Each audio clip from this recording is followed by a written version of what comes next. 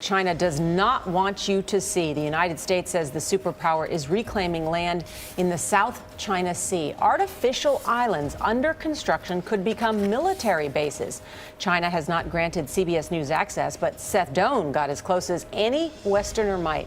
And he is back in Beijing this morning. Seth, good morning. Good morning. Those territorial claims can be so scattered they almost appear like a game of Chinese checkers, with different countries claiming different bits of land.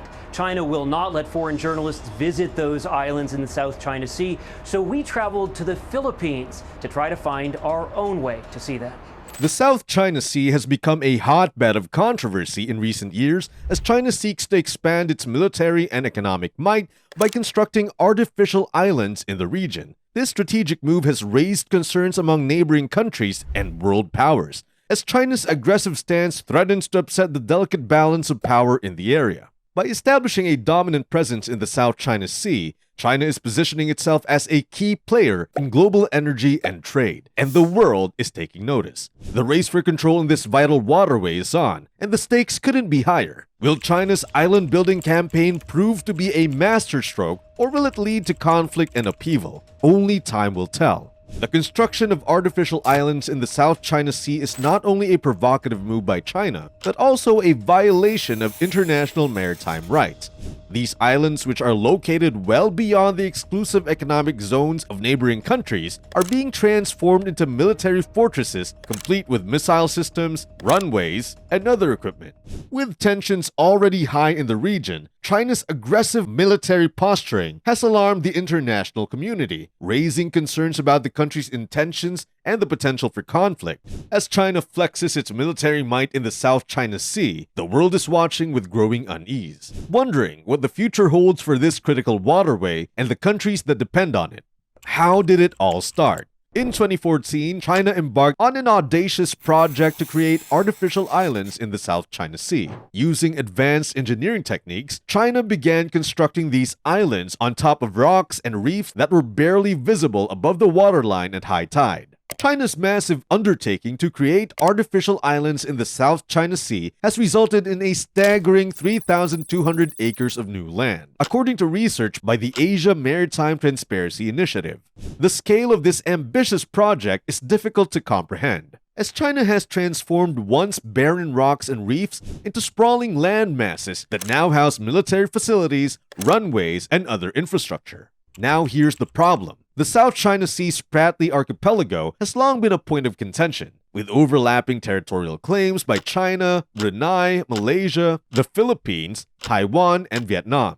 In 2016, a global tribunal concluded that China had broken international law by building the islands, and that it had no right to claim ownership of the sea. China's insatiable appetite for energy, trade, and territory has led to an audacious move to create artificial islands in the South China Sea, well beyond the exclusive economic zones of the Philippines, Vietnam, and Brunei. This provocative move by China is a clear violation of the 1982 treaty regulating international maritime rights that most countries signed. The ongoing territorial dispute between China and its neighboring countries over the South China Sea has remained largely confined to legal and diplomatic channels. But the situation is far from stable. Tensions have occasionally boiled over, resulting in minor clashes that have raised concerns about the possibility of a larger conflict. As China continues to assert its dominance in the region, neighboring countries and global powers are left to wonder what the future holds for this critical geopolitical hotspot. But why exactly are they building islands? Some sources say the whole cluster of islands is being used to strengthen China's military capabilities.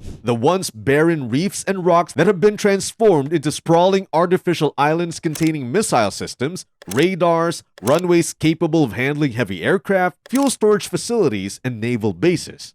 And some believe that the resources concentrated on the islands give China the ability to potentially overwhelm the military of the Association of Southeast Asian Nations, which includes Brunei, Cambodia, Indonesia, Laos, Malaysia, Myanmar, the Philippines, Singapore, Thailand, and Vietnam. The islands and the power they give China are concerning, and let's find out why. The islands not only significantly strengthen China's military capabilities in general, but they also reinforce China's claim to the South China Sea. The artificial islands built by China in the South China Sea have given the country an unprecedented level of control over a critical international waterway that is vital to global trade. With much of the world's maritime commerce passing through the region, China's overwhelming power in the area has become a major source of concern for other countries that rely on this vital shipping route. If China is allowed to assert complete control over the region, they could gain a stranglehold over much of the world's international trade, with the potential to disrupt global commerce and trigger a major economic crisis. Every year, trade shipments worth trillions of dollars move across the South China Sea. So imagine they control all of these. According to experts, this move could have far-reaching consequences, including the potential to isolate and coerce Japan in times of crisis. With China's advanced military capabilities and territorial ambitions, the stakes have never been higher for the future of the critical waterway. The South China Sea is a critical waterway that connects China with the rest of the world, but its strategic importance has also made a geopolitical hotspot that is constantly in flux. The region is surrounded by a constellation of U.S. allies, including the Philippines, Taiwan, and Japan, which has raised concerns about the potential for access blockage by the United States in the event of a conflict.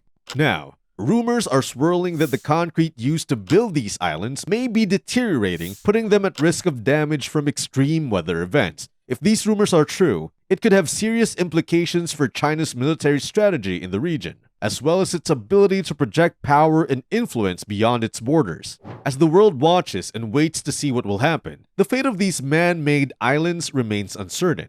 One of the questions on people's minds is, with all the islands China has constructed, can it protect them? First, the missile installations would be in a conflict. Land-based missiles can evade air attacks because they can hide among hills, forests, and other natural cover. The islands that China has developed lack any effective natural cover, and even artificial defenses may not withstand a coordinated assault. Also, missile launchers rely on at least a solid logistical network for fuel, power, and munitions, which China may be unable to deliver consistently during a shooting war. Also, during a conflict, the durability of an airfield is determined by the availability of materials and equipment to carry out repairs following an attack. It is unclear whether the islands China has built in the South China Sea would be strong enough to withstand U.S. missile and bomb attacks. Although the larger islands have aircraft shelters, it is unclear if these shelters can withstand a coordinated U.S. strike.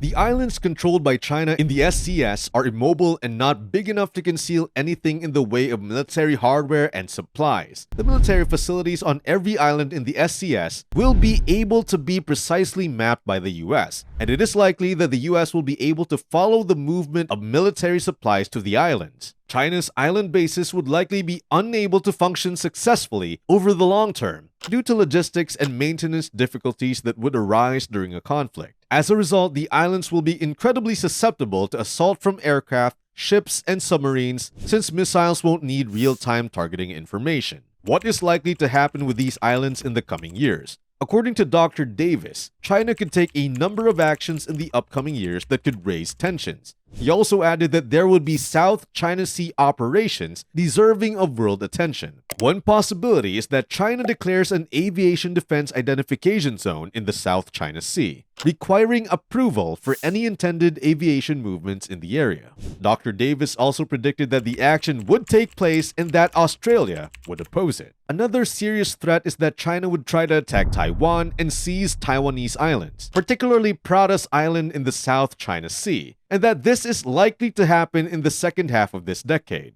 Well, with all these predictions, China is not backing down and still holds the island as a top priority. Who wouldn't though? The island is one of the most significant ocean regions on the planet. It is estimated to contain 10% of the world's fisheries, 109 trillion cubic feet of natural gas, and 11 billion barrels of oil. Most significantly, 30% of global shipping traffic passes through the South China Sea on its way to Southeast Asian ports. The South China Sea is rich in natural resources, including oil, gas, and minerals, which has made it a highly contested region. With China's ambitious plans to expand its military presence and assert greater control over the area, the stakes have never been higher. By using artificial islands to explore and extract these resources, China could gain a significant economic advantage while also cementing its status as a global superpower.